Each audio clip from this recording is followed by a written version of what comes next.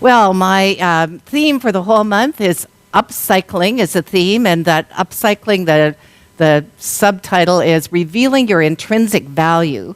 And so that's a pretty important thing. I had no idea what upcycling was, so I Googled it. There it doesn't Google. I asked on my Facebook page, and one person answered and said this: upcycling is that which increases an object's value, unlike recycling, which finds new ways to use objects with which we are complete. So it's about increasing an object's value, and it seems that would fit here fine, because isn't that what we do every week? We learn ideas that increase our value, and we're already valuable. So then you might wonder, how on earth did we come up with the talk for today? Trash talk. Trash talk. Well, good question. So trash is defined, trash talking is defined especially between opponents trying to intimidate each other.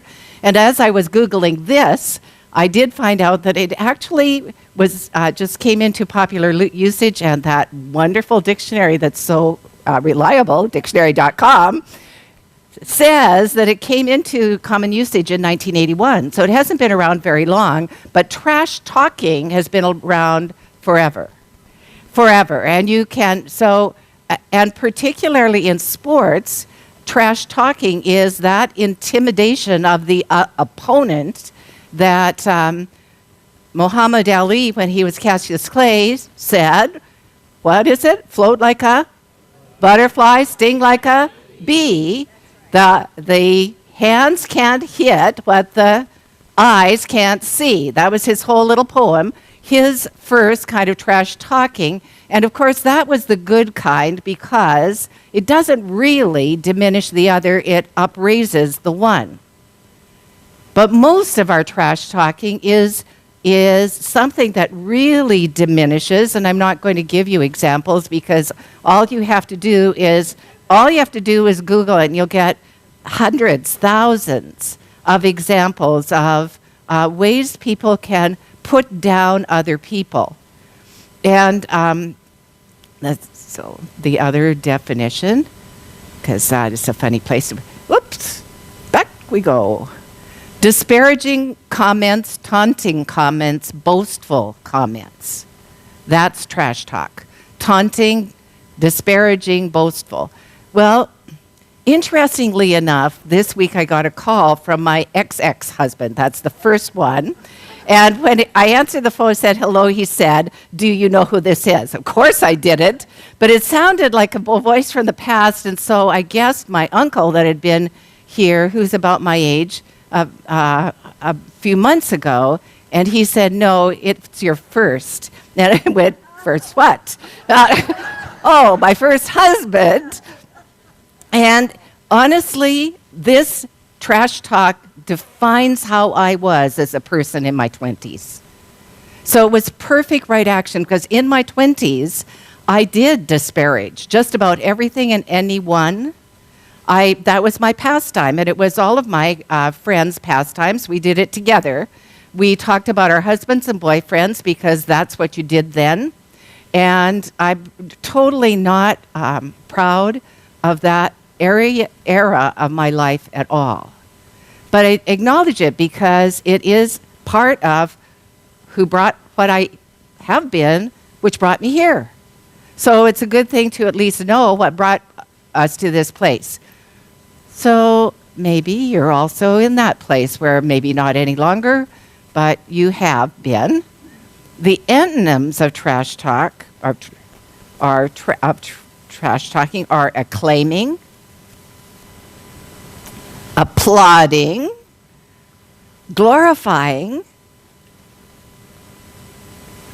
praising, glorify wasn't finished, lauding, magnifying wasn't finished yet either. I think there's one more, and exalting. So now just think of, if you use one of those verbs to describe yourself, I acclaim myself, how different it would be. But what if you used it to describe someone else? So I'm going to just talk about my ex-husband.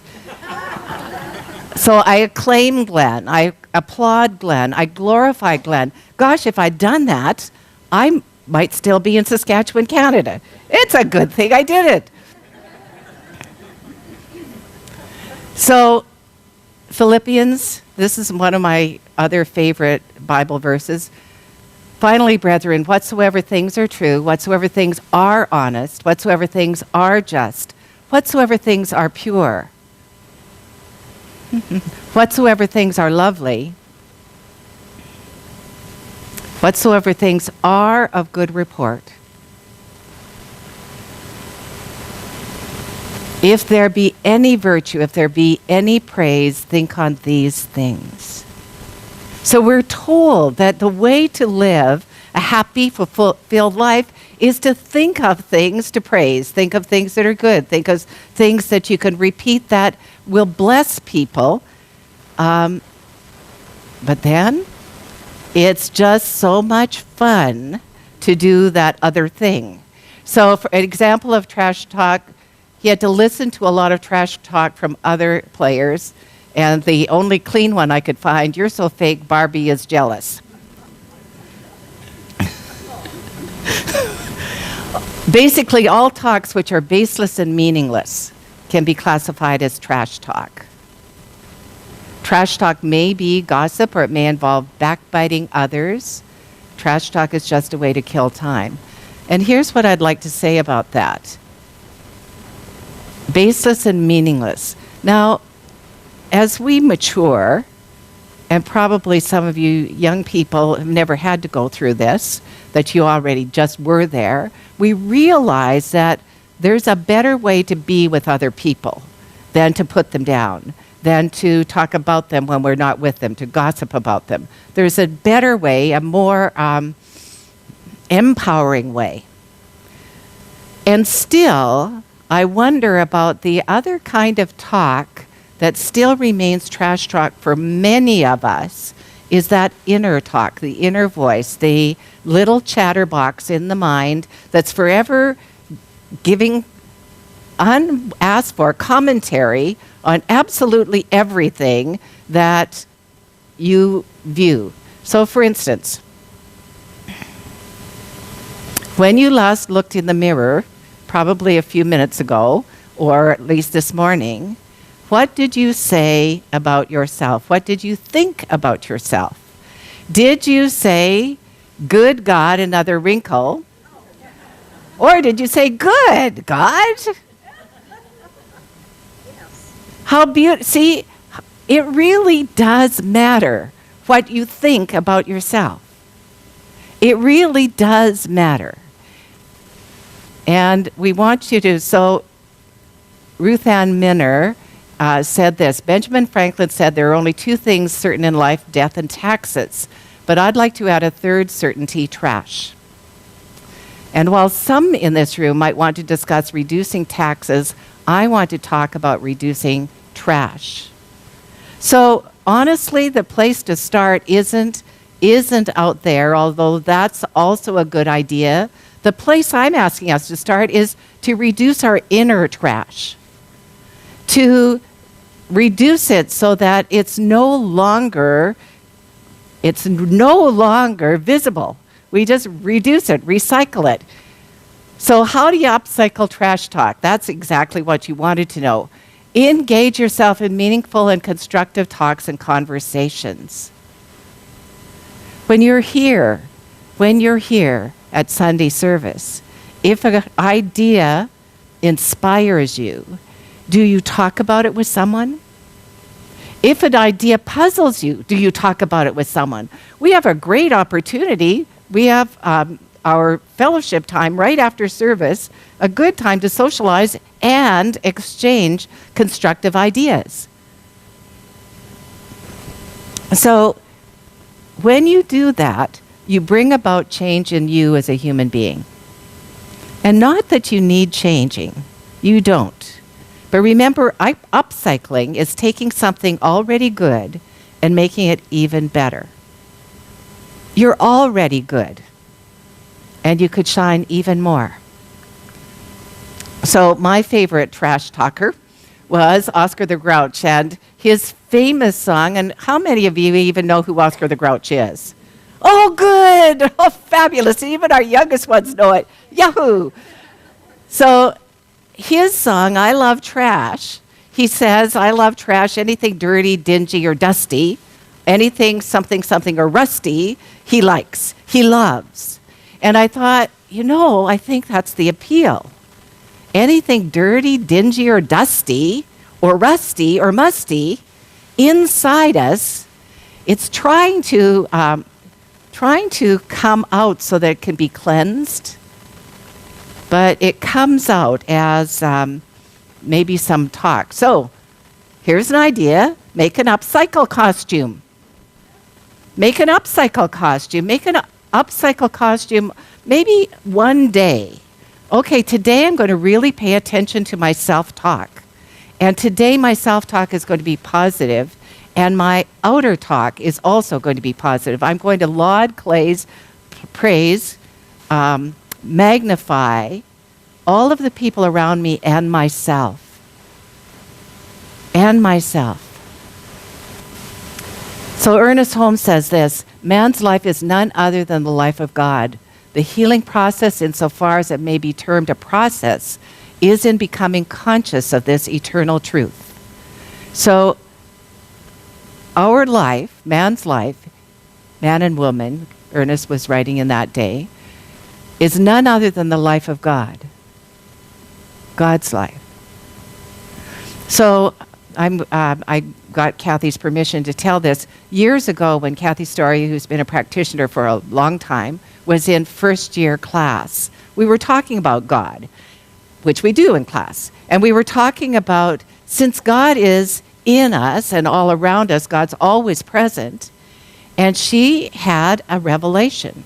She said she never uses bad language anywhere where other people could hear. But where she used it up until then was in the car. And when people would cut her off, she said it out loud. She said language that you don't even think she even knows. That kind of language. And then she realized every time she was speaking that way, she was speaking that way to God. Yeah, oh wow is right. Oh wow. And she came with exactly that revelation to class and a decision to, especially when she's alone, to watch her language, to remember that right there God is. Right there is a good place not to be trash talking, not to be swearing at the people in front or behind or your car or anything else, but rather to be loving and blessing. So if you've been talking trash, here are some ways to change your mind. First of all, in the silence. Rick and Kara's beautiful song was the whole idea. Listen. The voice of God is for you. Always has been. And it's beautiful. It's filled with love and it's filled with great ideas. Do you spend some time every day just getting quiet so you can listen to that voice for God? And you will be guided. Second point, forgive yourself and anyone else. So if you're scanning your body and you have a yucky feeling inside, go back to the source of that feeling. Did you say something that you regret? Forgive yourself. Yes, make amends, but you have to start by letting go, because that which you're judging is the presence of God. If someone else said something to you or did something to you or didn't do something for you that they were supposed to do, they didn't keep their word, they didn't meet your expectations, let go of that. Forgive them. Forgive them. You're not doing it for them, you're doing it for you. You are not doing it for them, you're doing it for you so that you can live a happier, healthier life.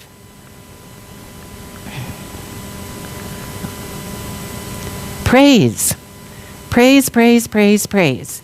So, many years ago, I was dating not a husband. I was dating, and it didn't become a husband. I was dating a guy I thought was the love of my life. I was head over heels. I fell in love with him. Now, that's a clue right there. Because if you fall in love, you've tripped on something. You're supposed to rise in love. When you're really loving, you're rising in love. You're not falling in love. Anyway, fell in love, and we were going to, it was a long distance romance, which really works for me. And because I don't think I have the capacity to be in a relationship on a day-to-day basis. All of you husbands and wives, wow, I just think you're marvelous. How do you do it? How do you do it? And practice all these principles at the same time. Good for you. I'm not saying I shouldn't be able to. Right now, I don't think I can. Haven't. But anyway, I wanted to tell you about praise. So he dumped me right before a big birthday. He was supposed to celebrate his and me mine, and he just called me up and said, I'm not coming, it's over. And I was heartbroken, which of course, that lets the light in. But anyway, I was heartbroken, and I called my really good friend who's a yogi. And yogis pray in a similar way to us. They pray positively. And she said, oh, that's terrible. She agreed with me. I'm so mad I can't even pray. She said, but I'll ask my husband to do it. And I said, good. I thought she was going to pray for me. She said, no, we're praying for him. Because what you need to do is know the highest and best for him. We're praying for him to prosper, for him to have a better life. Because when he does, you are demonstrating, instead of talking trash, talking something else. And since you can't do it right now, we're going to do it for you. Isn't that interesting? To praise. Because certainly the energy I was putting out, even though now by this time I was now in my 40s, was still not exactly conscious. It wasn't conscious. So praise. Praise yourself every day. Praise your body. Praise your mind. Praise, praise, praise. And then pray. Always, no matter what you know prayer to be, go to God in prayer. You've got this power that's ultimate at your fingertips. Use it. Use it. Pray from a place that you already know you have it. So if you've been talking trash about yourself, meditate. You'll be told, a still small voice will tell you the truth about you. And if it's saying things like, well, you should get your hair fixed, that's not the still small voice. The still small voice is going to say, my darling, my beloved, just the way you are. You're whole, complete, you're perfect, you contribute, you're wonderful. Listen. The still small voice might say, I forgive you, but it also might encourage you to forgive someone else. So forgive. You know, a spiritual practice is to do it every single day. Every single day, last thing in the night, who did I shut out of my heart today? And then forgive them. And just start with the words. Even if it takes a long time to get to the feeling, start with the words, I forgive you, you son of a gun. Until you can let go of that energy. I forgive, until it's really true. And then what happens is you create something that is beautiful. It's no longer trash talk. It's a work of art. This work of art is made from trash. And it's exquisite. It's in a museum. And you can look at the slide more closely to see all of the things that it's made from. But here's the day. The day is God is making for all of us to live in joyous beauty with each other. And we do that by seeing the God in each one, living in joy, living in love, letting the trash talk be a thing of our past. And so it is. Namaste. Thank you.